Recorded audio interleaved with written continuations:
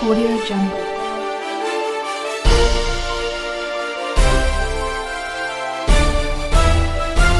Audio Jungle.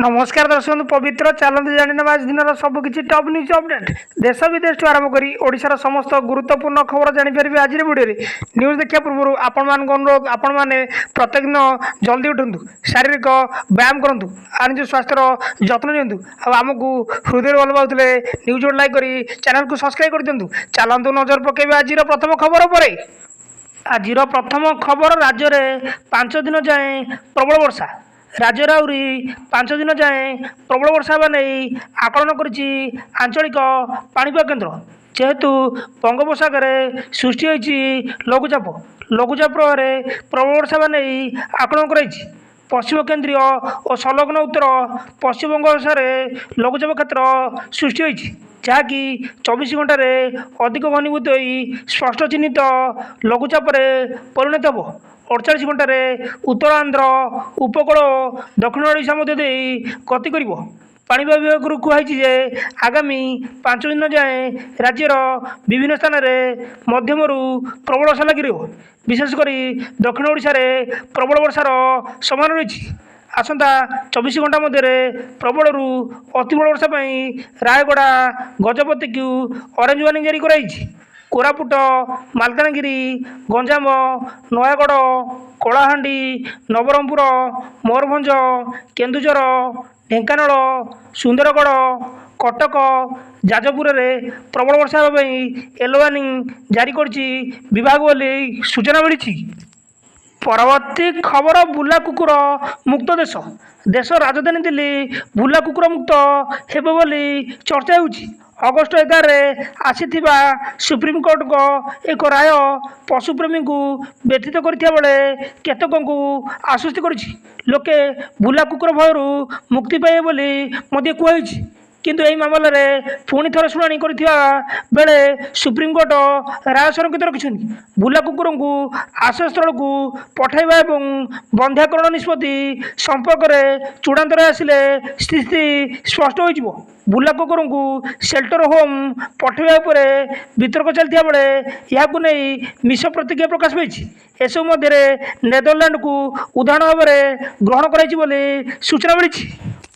परवर्ती खबर ग्राहकों आगे नईला आईसीआईसीआई बैंक 50 नुहे एवं खाते सर्वनिम्न जमा राशि रही देशर प्रमुख घरोई बैंक मध्य अन्यतम आईसीआईसीआई बैंक निकट में निजर संचय जमा खाता नियम बड़ परिवर्तन कर बैंक सहरांचल नुआ ग्राहक निमंते सर्वनिम्न हाराहारी बालांस सीमा 50,000 ह्रास कर 15,000 कर बैंक द्वारा निकट में लागू कराइथिबा नीति विरुद्ध में उपभोक्ता कड़ा प्रतिक्रिया मिलिया पर यह पदक्षेप नहीं आईसीआईसीआई बैंक 1 अगस्ट 2025 नुआ संचय जमा खाता खोलिया मिनिमम बैलेंस सीमा 10,000 रु बढ़ाई 50 कर देथिला जहाँ पाखापाखि 5 गुणा अधिक थिला ए निष्पत्ति को नहीं सोशल मीडिया रे बैंक खूब समालोचना होता और ग्राहकों असंतोष देखा मिलता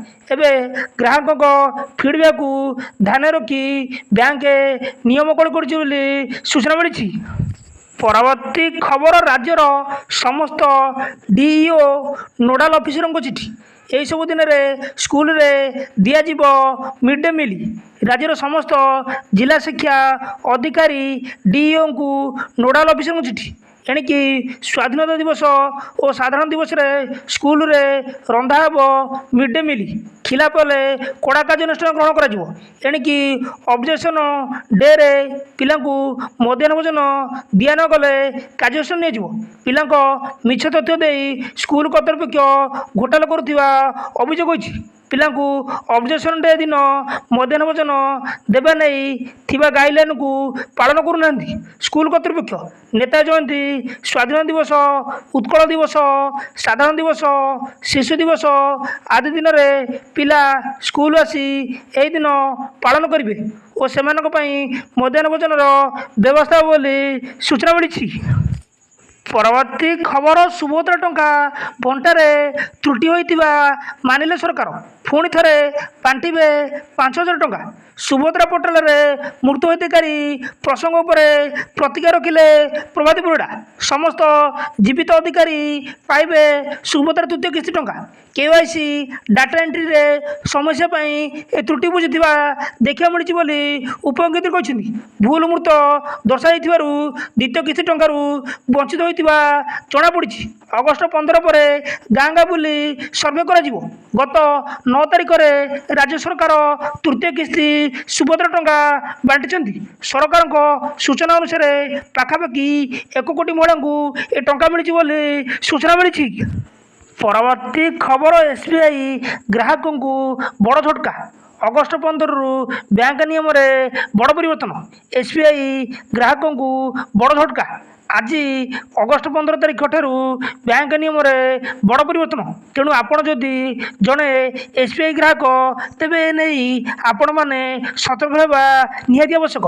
ବ୍ୟାଙ୍କ ପକ୍ଷରୁ ଆଇଏମ୍ପିଏସ୍ ମାଧ୍ୟମରେ ଅନଲାଇନ୍ ଟଙ୍କା ପଠାଇବା ନିୟମ ପରିବର୍ତ୍ତନ କରାଯାଇଛି। ଆଜିଠାରୁ ଏଥିପାଇଁ ଚାର୍ଜ ନିଆଯିବ। ଏହି ପରିବର୍ତ୍ତନ ରିଟେଲ ଗ୍ରାହକ ପାଇଁ ଲାଗୁ ହେବ। ସେହିପରି କର୍ପୋରେଟ୍ ଗ୍ରାହକ ପାଇଁ ଏହା ସେପ୍ଟେମ୍ବର 8ରୁ ଲାଗୁ ହେବ। ଏସ୍ବିଆଇର ଏହି ନିୟମ ପରିବର୍ତ୍ତନ ଫଳରେ ପାଖାପାଖି 40 କୋଟି ଗ୍ରାହକ ପ୍ରଭାବିତ ହେବେ ବୋଲି ସୂଚନା ମିଳିଛି। ପରବର୍ତ୍ତୀ ଖବର ନୂଆ ଢାଞ୍ଚାରେ ମେଟ୍ରୋ ପାଇଁ ଗଠନ ହେବ ବୈଷୟିକ କମିଟି। ସୂଚନା ଦେଲେ ନଗର ଉନ୍ନୟନ ମନ୍ତ୍ରୀ। ନୂଆ ଢାଞ୍ଚାରେ ଭୁବନେଶ୍ୱରରେ ମେଟ୍ରୋ କେନ୍ଦ୍ର ସରକାରଙ୍କ ସହଯୋଗରେ ହେବ ମେଟ୍ରୋ। ନୂଆ ଢାଞ୍ଚାରେ ମେଟ୍ରୋ ପାଇଁ ଗଠନ ହେବ ଟେକ୍ନିକାଲ କମିଟି। ଏ କମିଟି ବିଭିନ୍ନ ସହରକୁ ଯାଇ ସ୍ଥିତି ଅନୁଧ୍ୟାନ କରିବ। ନୂଆ ଟ୍ରାକ୍ ନେଇ କମିଟି ରିପୋର୍ଟ ଦେବ। ମେଟ୍ରୋ ପ୍ରକଳ୍ପ ନେଇ ମନ୍ତ୍ରିସ୍ତରୀୟ ସବ୍ କମିଟିର ଦ୍ୱିତୀୟ ବୈଠକରେ ନିଷ୍ପତ୍ତି ହୋଇଛି। ମେଟ୍ରୋ ପ୍ରକଳ୍ପ ନେଇ ମନ୍ତ୍ରିସ୍ତରୀୟ ସବ୍ କମିଟିର ଦ୍ୱିତୀୟ ବୈଠକରେ ଏ ନିଷ୍ପତ୍ତି ହୋଇଛି। ବୈଠକରେ କମ୍ପ୍ରେହେନ୍ସିଭ୍ ମୋବିଲିଟି ଯୋଜନା ତିଆରି ହୋଇଛି। କେଉଁ ଲାଇନରେ ଯିବ, କେଉଁ ଜାଗାରେ ପାର୍କିଂ ଅଞ୍ଚଳ ହେବ, ସେ ନେଇ ଟେକ୍ନିକାଲ କମିଟି ରିପୋର୍ଟ ଦେବ। ସାଧାରଣ ଲୋକଙ୍କ ମତାମତ ନିଆଯିବ। ପୁରୁଣା ପ୍ରକଳ୍ପ ଅନୁଯାୟୀ ରାସ୍ତାରେ ଟ୍ରାଫିକ୍ ଜାମ୍ ରହୁଛି। ଟେଷ୍ଟିଂ ବେଳେ କ'ଣ ଅସୁବିଧା ହେଲା, କେତେ ହଇରାଣ ହେବାକୁ ପଡ଼ିଲା, ମେଟ୍ରୋ କାମ ଚାଲିଥିଲା, ପୁରା ରାସ୍ତା ଠପ୍ ହୋଇଯାଇଥାନ୍ତା। ସେଥିପାଇଁ ନୂଆ ଟ୍ରାକ୍ ଯାହା ହେବ କମିଟି ରିପୋର୍ଟ ଦେବ ବୋଲି ମନ୍ତ୍ରୀ କହିଛନ୍ତି ବୋଲି ସୂଚନା ମିଳିଛି। ପରବର୍ତ୍ତୀ ଖବର ପଟ୍ଟାମୁଣ୍ଡାଇ ଛାତ୍ରୀ ପୋଡ଼ି ଘଟଣା। କୋଲକାତାରୁ ଧରାହେଲେ ଦ୍ୱିତୀୟ ପୁରୁଷ ବନ୍ଧୁ। ଛାତ୍ରୀଙ୍କ ଫୋନ୍ରେ ଲୁଚିଛି ଅନେକ ରହସ୍ୟ। ପଟ୍ଟାମୁଣ୍ଡାଇ କେନ୍ଦ୍ରାପଡ଼ା ଜିଲ୍ଲା ପଟ୍ଟାମୁଣ୍ଡାଇ ଗ୍ରାମାଞ୍ଚଳ ଥାନା ଅଧୀନ କାଠିଆପଡ଼ା ଗାଁର ଛାତ୍ରୀଙ୍କ ସନ୍ଦିଗ୍ଧ ଆତ୍ମାହୁତି ମାମଲାରେ ପୁଲିସ ପୂର୍ବତନ ପ୍ରେମିକ ପ୍ରମୋଦ ବେହେରାକୁ ଗିରଫ କରିବା ପରେ ତ୍ରିକୋଣୀୟ ପ୍ରେମ ନେଇ ଅସ୍ପଷ୍ଟ ସୁରାକ ପାଇଥିଲା। ଏହାକୁ ଆଧାର କରି ପୁଲିସ ତଦନ୍ତକୁ ଆଗକୁ ବଢ଼ାଇ ଛାତ୍ରୀଙ୍କ ଦ୍ୱିତୀୟ ପୁରୁଷ ବନ୍ଧୁଙ୍କ ପାଖରେ ପହଞ୍ଚିଛି। କୋଲକାତାରେ କାମ କରୁଥିବା ଦ୍ୱିତୀୟ ପୁରୁଷ ବନ୍ଧୁକୁ ପୁଲିସ ନିଜ ହେଫାଜତକୁ ଆଣିଛି। ସମ୍ପୃକ୍ତ ଯୁବକ ସେଠାରେ ଥିବା ଏକ ଘରୋଇ ସଂସ୍ଥାରେ କାମ କରୁଛନ୍ତି। କେନ୍ଦ୍ରାପଡ଼ା ପୁଲିସର ଏକ ଟିମ୍ ସେଠାରେ 3 ଦିନ ଡେରା ପାଇବା ପରେ ତାଙ୍କୁ ଧରି ଗତକାଲି ରାତିରେ କେନ୍ଦ୍ରାପଡ଼ା ଫେରିଛି। ଅପରପକ୍ଷେ ଛାତ୍ରୀ 4 ଜଣ ଯୁବକ ସହ ବନ୍ଧୁତ୍ୱ ସମ୍ପର୍କରେ ଓ ସହଯୋଗରେ ଥିଲେ ବୋଲି ପୁଲିସ କହିଛି। ପୁଲିସ କୋଲକାତାରୁ ଧରିଥିବା ଦ୍ୱିତୀୟ ପୁରୁଷ ବନ୍ଧୁ ସହ ସ୍ଥାନୀୟ ଅଞ୍ଚଳର ଅନ୍ୟ 2 ଯୁବତୀଙ୍କୁ ପଚରାଉଚରା କରୁଛି ବୋଲି ସୂଚନା ମିଳିଛି। ପରବର୍ତ୍ତୀ ଖବର ବିଶାଳ ତିରଙ୍ଗା ଶୋଭାଯାତ୍ରାରେ ଯୋଗଦେଲେ ମୁଖ୍ୟମନ୍ତ୍ରୀ। ମୁଖ୍ୟମନ୍ତ୍ରୀ ମୋହନ ଚରଣ ମାଝୀ ଗୁରୁବାର କଟକ ବୈଳାସ ମୌଜାରେ ଅନୁଷ୍ଠିତ ବିଶାଳ ତିରଙ୍ଗା ଶୋଭାଯାତ୍ରାରେ ଯୋଗ ଦେଇଛନ୍ତି। ଏ ସମ୍ପର୍କରେ ସୂଚନା ଦେଇ ମୁଖ୍ୟମନ୍ତ୍ରୀ ଏକ୍ସରେ ପୋଷ୍ଟ କରିଛନ୍ତି। ସେ ହର ଘର ତିରଙ୍ଗା, ଘରେ ଘରେ ତିରଙ୍ଗା। ପ୍ରଧାନମନ୍ତ୍ରୀ ଶ୍ରୀ ନରେନ୍ଦ୍ର ମୋଦିଙ୍କ ଆହ୍ୱାନ କ୍ରମେ ସ୍ୱାଧୀନତା ଦିବସର ଅବ୍ୟବହିତ ପୂର୍ବରୁ କଟକ 42 ମୌଜାରେ ହଜାର ହଜାର ନାଗରିକଙ୍କ ସହ ବିଶାଳ ତିରଙ୍ଗା ଯାତ୍ରାରେ ଯୋଗଦେଲି। ତିରଙ୍ଗା ଆମର ଗୌରବ, ତିରଙ୍ଗା ଆମର ଅସ୍ମିତା, ତିରଙ୍ଗା ଆମର ପରିଚୟ। ଆସନ୍ତୁ ଆମେ ସମସ୍ତେ ନିଜ ନିଜ ଘରେ ତିରଙ୍ଗା ଉଡ଼ାଇ ରାଷ୍ଟ୍ରପତି ଆମର ସମ୍ମାନ ଜଣାଇବା ଏବଂ ହର ଘର ତିରଙ୍ଗା ଅଭିଯାନକୁ ସଫଳ କରିବା ପାଇଁ ମୁଖ୍ୟମନ୍ତ୍ରୀ ଆହ୍ୱାନ ଦେଇଛନ୍ତି ବୋଲି ସୂଚନା ମିଳିଛି। ପରବର୍ତ୍ତୀ ଖବର ଓଡ଼ିଶାରୁ 2 ଜଣଙ୍କୁ ରାଷ୍ଟ୍ରପତି ସମ୍ମାନ। ସ୍ୱାଧୀନତା ଦିବସରେ ଦେଶର ବୀରତା ଏବଂ ସେବା କ୍ଷେତ୍ରରେ ଉତ୍କର୍ଷତା ହାସଲ କରିଥିବା କର୍ମଚାରୀମାନଙ୍କୁ ସମ୍ମାନିତ କରାଯିବ। ଗୃହ ମନ୍ତ୍ରଣାଳୟ ପକ୍ଷରୁ 1090 ଜଣ ପୁଲିସ, ଅଗ୍ନିଶମ ହୋମଗାର୍ଡ, ନାଗରିକ ପ୍ରତିରକ୍ଷା ଏବଂ ସୁଧାର ସେବା କର୍ମଚାରୀଙ୍କୁ ସାହସିକତା ତଥା ସେବା ପଦକ ପ୍ରଦାନ ପାଇଁ ଘୋଷଣା କରାଯାଇଛି। ଏହି ସମ୍ମାନ ଦେଶ ସେବାରେ ସାହସିକତା ଏବଂ ସମର୍ପଣ ଭାବ ପ୍ରଦର୍ଶନ କରିଥିବା ବ୍ୟକ୍ତିବିଶେଷଙ୍କୁ ପ୍ରଦାନ କରାଯିବ। ଓଡ଼ିଶାରୁ 2 ଜଣଙ୍କୁ ରାଷ୍ଟ୍ରପତି ପଦକ ଏବଂ 9 ଜଣଙ୍କୁ ସାହସିକତା ପଦକ ପ୍ରଦାନ କରାଯିବ। ଏଏସ୍ପି ରବୀନ୍ଦ୍ର ପଣ୍ଡା ଏବଂ କମାଣ୍ଡଣ୍ଟ ନରେଶ ପଟେଲଙ୍କୁ ରାଷ୍ଟ୍ରପତି ପଦକରେ ସମ୍ମାନିତ କରାଯିବ। ସେହିପରି 11 ଜଣଙ୍କୁ ଉଲ୍ଲେଖନୀୟ ସେବା ପାଇଁ ପଦକ ମିଳିବ ବୋଲି ସୂଚନା ମିଳିଛି। ପରବର୍ତ୍ତୀ ଖବର ଗୁରୁବାର ସୁନା ରୂପା ମୂଲ୍ୟରେ ଆସିଲା ଅହେତୁକ ବୃଦ୍ଧି। ଅନ୍ତର୍ଜାତୀୟ ବଜାରରେ ହଲଚଲ ପାଇଁ ଉପରମୁହାଁ ଦର। ପିଟିଆର ଖବର ଅନୁଯାୟୀ ଗୁରୁବାର 14 ଅଗଷ୍ଟ 2025 99 ଶତକଡ଼ା ଶୁଦ୍ଧତା ବିଶିଷ୍ଟ ସୁନା ପ୍ରତି 10 ଗ୍ରାମ ପିଛା 1,01,420ରେ ପହଞ୍ଚିଛି। ଯେତେବେଳେ ବୁଧବାର ଏହାର ମୂଲ୍ୟ 10 ଗ୍ରାମ ପିଛା 1,01,020 ଟଙ୍କା ଥିଲା। ସେହିପରି 99 ଶତକଡ଼ା ଶୁଦ୍ଧତା ବିଶିଷ୍ଟ ସୁନାର ମୂଲ୍ୟ ପ୍ରତି 10 ଗ୍ରାମ ପିଛା 400 ଟଙ୍କା ବୃଦ୍ଧି ପାଇ 1,01,000ରେ ପହଞ୍ଚିଛି। ପୂର୍ବରୁ ବୁଧବାରର ମୂଲ୍ୟ 1,06,000 ଟଙ୍କା ଥିଲା। ସେହିଭଳି ରୂପା ମୂଲ୍ୟରେ ମଧ୍ୟ ପ୍ରବଳ ବୃଦ୍ଧି ଦେଖାଯାଇଛି।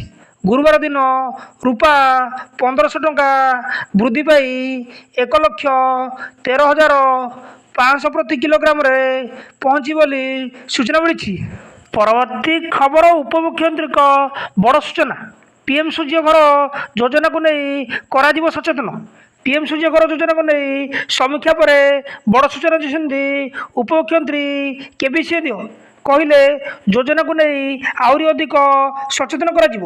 ବିଲ୍ କଲେକ୍ସନ କରୁଥିବା କର୍ମଚାରୀଙ୍କ ଦ୍ୱାରା ଲୋକଙ୍କୁ ସଚେତନ କରାଯିବା ସହ ଲିଫଲେଟ୍ ଓ ପାମ୍ପଲେଟ୍ ବଣ୍ଟାଯିବା ପାଇଁ କୁହାଯାଇଛି। ଅନଲାଇନ୍ ଜରିଆରେ ଯେଉଁମାନେ ପିଏମ୍ ସୂର୍ଯ୍ୟଘର ଯୋଜନା ପାଇଁ ଆବେଦନ କରିଛନ୍ତି ସେମାନଙ୍କୁ ବିତରଣ କମ୍ପାନୀମାନେ ଯୋଗାଯୋଗ କରି କାର୍ଯ୍ୟକୁ ତ୍ୱରାନ୍ୱିତ କରିବେ ବୋଲି ମଧ୍ୟ କୁହାଯାଇଛି। ସେ ଆହୁରି ମଧ୍ୟ କହିଛନ୍ତି ପିଏମ୍ ସୂର୍ଯ୍ୟଘର ଯୋଜନାରେ ଓଡ଼ିଶାର ପ୍ରୋଗ୍ରେସ୍ ସ୍ଲୋ ଅଛି, ସେଥିପାଇଁ ନିଷ୍ପତ୍ତି ନିଆଯାଇଛି। ଏଣିକି ପ୍ରତି ମାସରେ ରିଭ୍ୟୁ କରାଯିବ। ଯୋଜନାର ଅଗ୍ରଗତିକୁ ନେଇ ବିତରଣ କମ୍ପାନୀଙ୍କ ସହ ବୈଠକ ହେବ। କାରଣ କେନ୍ଦ୍ର ସରକାର ପକ୍ଷରୁ ପିଏମ୍ ସୂର୍ଯ୍ୟଘର ଯୋଜନାରେ 3 ଲକ୍ଷ ଟାର୍ଗେଟ୍ ଦିଆଯାଇଥିଲା, କିନ୍ତୁ ଓଡ଼ିଶାରେ ଏହା ଧିମେଇ ଯାଇଛି। ବର୍ତ୍ତମାନ ସୁଦ୍ଧା ମାତ୍ର 20,000 ସଂଯୋଗ ଦିଆଯାଇପାରିଛି। ତେଣୁ ନିଷ୍ପତ୍ତି ହୋଇଛି ଆସିଥିବା 1,80,000 ଆବେଦନକୁ ରେଗୁଲାର ମନିଟରିଂ କରାଯିବ ବୋଲି ସୂଚନା ମିଳିଛି। ପରବର୍ତ୍ତୀ ଖବର ବଢ଼ିଲା ଚାଷୀ ପଞ୍ଜୀକରଣ ସମୟ। ଖରିଫ ଋତୁ ଧାନ ସଂଗ୍ରହ ଏବଂ ଚାଷୀ ପଞ୍ଜୀକରଣ ଅବଧି ବୃଦ୍ଧି ଘୋଷଣା କରିଛନ୍ତି ମୁଖ୍ୟମନ୍ତ୍ରୀ। ଚାଷୀଙ୍କୁ ଆଶ୍ୱାସନା ଦେଇଛନ୍ତି ମୁଖ୍ୟମନ୍ତ୍ରୀ ମୋହନ ମାଝୀ। ଗୋଟେ ବି ଚାଷୀ ପଞ୍ଜୀକରଣରୁ ବଞ୍ଚିତ ହେବେନି। ମୁଖ୍ୟମନ୍ତ୍ରୀଙ୍କ ନିର୍ଦ୍ଦେଶ କ୍ରମେ ଖରିଫ ଋତୁ ଧାନ ସଂଗ୍ରହ ନିମନ୍ତେ ଜାରି ପ୍ରକ୍ରିୟାର ଅବଧିକୁ ବୃଦ୍ଧି କରାଯାଇଛି। ଏହି ପଞ୍ଜୀକରଣ ପ୍ରକ୍ରିୟା ଗତ ଜୁଲାଇ 19 ତାରିଖରୁ ଆରମ୍ଭ ହୋଇଥିବା ବେଳେ ଏହା ଚଳିତ ମାସ 20 ତାରିଖ ପର୍ଯ୍ୟନ୍ତ ଧାର୍ଯ୍ୟ କରାଯାଇଛି। ମାତ୍ର ଚାଷୀମାନଙ୍କ ସ୍ୱାର୍ଥ ଅନୁରୋଧ କ୍ରମେ ଏହି ଅବଧିକୁ ବୃଦ୍ଧି କରିଛନ୍ତି ସରକାର। ଏପର୍ଯ୍ୟନ୍ତ ପ୍ରାୟ 1,53,220 ଜଣ ଚାଷୀ ପଞ୍ଜୀକରଣ କରିଥିବା ବେଳେ ଆଗକୁ ଏହା ଆହୁରି ବୃଦ୍ଧି ହେବ। ଏଥିସହ ପଞ୍ଜୀକରଣ ପ୍ରକ୍ରିୟା ସରଳୀକରଣ କରାଯାଇଥିବା କହିଛନ୍ତି ଖାଦ୍ୟ ଯୋଗାଣ ଓ ଖାଉଟିକରଣ ମନ୍ତ୍ରୀ କୃଷ୍ଣଚନ୍ଦ୍ର ପାତ୍ର ବୋଲି ସୂଚନା ମିଳିଛି। ପରବର୍ତ୍ତୀ ଖବର ଓଟିଇଟି ପ୍ରଶ୍ନ ଲିକ୍ କଳଙ୍କାରୀ। ବୋର୍ଡ ଅଫିସରଙ୍କୁ ନୂଆ କମ୍ପ୍ୟୁଟର ସହ ପୁଳାଏ ପେନ୍ ଡ୍ରାଇଭ୍ ଜବତ। ଏବେ ରିମାଣ୍ଡରେ ଆସିବେ ନିହାର ସ୍ପେଶାଲ ଓଟିଇଟି ପ୍ରଶ୍ନ ବୁଲିକି ଘଟଣାରେ ଜେରା ପାଇଁ 2 ଦିନିଆ ରିମାଣ୍ଡରେ ଆସିଥିବା data entry operator Jiten Maharana ଓ ରାୟଗଡ଼ା ଜିଲ୍ଲାର ଏକ୍ସ କ୍ୟାଡର ଶିକ୍ଷକ ସଂଘ ସଭାପତି ବିଜୟ ମିଶ୍ରଙ୍କୁ କ୍ରାଇମବ୍ରାଞ୍ଚ ବୁଧବାର 14 ଜେଲ୍ ନେଇ ଛାଡ଼ିଛି। 2 ଦିନିଆ ରିମାଣ୍ଡର ଅବଧିର ଶେଷ ପର୍ଯ୍ୟାୟରେ ଜିତେନଙ୍କୁ କ୍ରାଇମବ୍ରାଞ୍ଚ ଅଧିକାରୀମାନେ ଏମିତି ଘେରି ଯାଇ ଜେରା କରିଥିଲେ ଯେ ପ୍ରଶ୍ନ ଲିକ୍ ଘଟଣାରେ ସେ ଗିରଫ ହେବା ଦିନକୁ ଛପାଇ ରଖିଥିବା ସବୁ ସତ ଓକାଳିଛନ୍ତି। ଅଭିଯୁକ୍ତଠାରୁ ସୂଚନା ପାଇବା ପରେ ପ୍ରମାଣ ସଂଗ୍ରହ କରିବା ପାଇଁ ତଦନ୍ତକାରୀ ଅଧିକାରୀ ସରୋଜ ମହାନ୍ତ ଓ ତାଙ୍କ ଟିମ୍ ଜିତେନକୁ ରାତାରାତି ନେଇ ବୋର୍ଡ କାର୍ଯ୍ୟାଳୟରେ ପହଞ୍ଚିଥିଲେ। କଣ୍ଟ୍ରୋଲ ପ୍ରକୋଷ୍ଠରେ ଜିତେନ ନିଜ ଅକ୍ତିଆରରେ ରଖିଥିବା ଏକ ନୂଆ କମ୍ପ୍ୟୁଟରକୁ କ୍ରାଇମବ୍ରାଞ୍ଚ ଜବତ କରି ନିଜ ହେଫାଜତକୁ ନେଇଛି। ଉକ୍ତ ନୂଆ କମ୍ପ୍ୟୁଟରକୁ ଜିତେନ ପାସୱାର୍ଡ ପକାଇ ଏକ ବ୍ୟବହାର କରୁଥିଲେ। ସେହିପରି ଉକ୍ତ ଅଫିସରେ ଜିତେନ ଲୁଚାଇ ରଖିଥିବା ମାଳ ମାଳ ପେନ୍ଡ୍ରାଇଭ୍ ତଦନ୍ତକାରୀ ଟିମ୍ ଜବତ କରିଛି।